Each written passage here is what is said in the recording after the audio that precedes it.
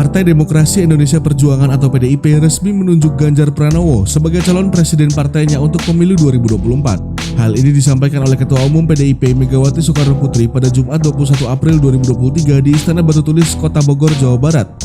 Ganjar Pranowo memang sudah santer disebut-sebut sebagai bakal calon presiden. Lalu, bagaimana profil Ganjar Pranowo?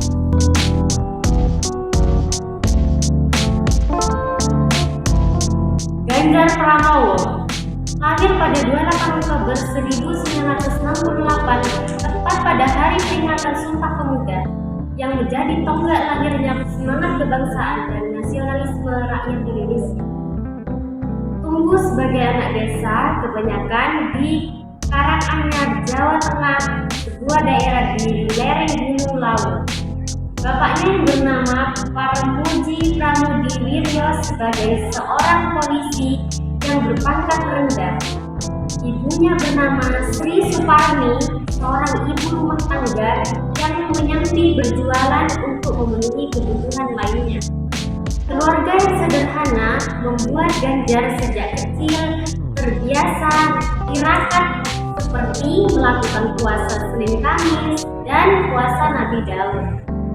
Sejak kecil, Ganjar terbiasa disiplin dan bergotong royong untuk memenuhi kebutuhan keluarga.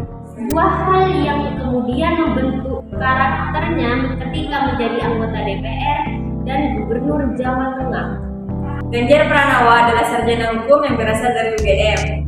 Ekonomi keluarga yang semakin sulit setelah bapaknya meninggal tak membuat Ganjar menyerah merampungkan kuliahnya. Sembari bekerja dan sempat cuti kuliah selama 2 semester, Ganjar akhirnya berhasil menjadi sarjana hukum. Bahkan, kini Ganjar didaulat jadi ketua keluarga alumni UGM. Ganjar mempunyai hobi yaitu naik gunung, membentuk kecintaan Ganjar pada alam dan lingkungan.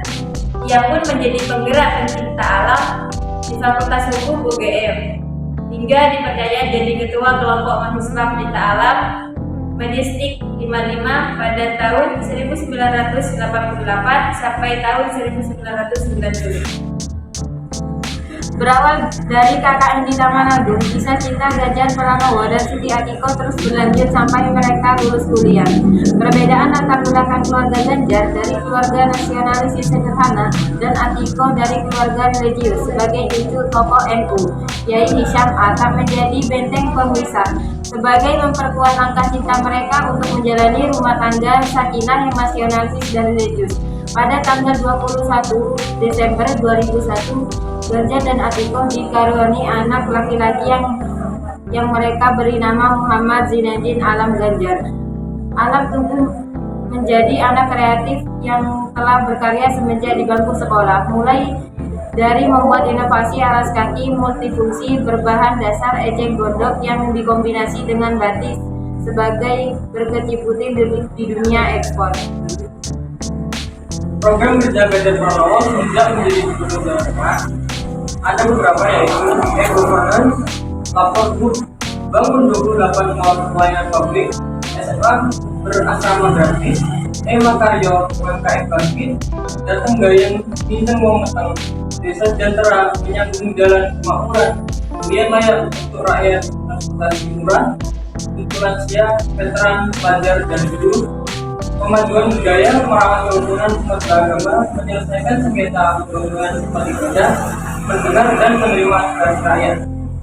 Modern Mahfud MD menyadari pentingnya kesinambungan pemerintahan negara Republik Indonesia yang diawali oleh Presiden Soekarno sebagai pembuka gerbang kemerdekaan, Presiden Soeharto dengan gerbang pembangunan, dilanjutkan dengan kepemimpinan Presiden Bahrudin Yusuf Habibie, Presiden Abdurrahman Wahid, Presiden Megawati Soekarno Putri, dan Presiden Susilo Bambang Yudhoyono yang secara bersama-sama telah membuka gerbang demokrasi. Juga Presiden Joko Widodo yang meletakkan gerbang kemajuan Indonesia Raya guna melanjutkan kesinambungan tersebut. Maka kami mengusung visi sebagai berikut: menuju Indonesia unggul, gerak cepat mewujudkan negara maritim yang adil dan lestari. Untuk menjadi Presiden Republik Indonesia, Ganjar Pranowo dan Mahfud MD memiliki beberapa misi, yaitu yang pertama, mempercepat pembangunan manusia Indonesia unggul yang berkualitas, produktif, dan berkepribadian. Yang kedua, mempercepat penguasaan sains dan teknologi melalui percepatan riset dan inovasi berdikari. Yang ketiga, mempercepat pembangunan ekonomi berdikari berbasis pengetahuan dan nilai tambah. Yang keempat, mempercepat pemerataan pembangunan ekonomi dan mempercepat pembangunan sistem digital nasional. Yang keenam, mempercepat pewujudan lingkungan hidup yang berkelanjutan melalui ekonomi hijau dan biru. Yang ketujuh, mempercepat pelaksanaan demokrasi substantif, penghormatan HAM, supremasi hukum yang berkeadilan dan keamanan profesional.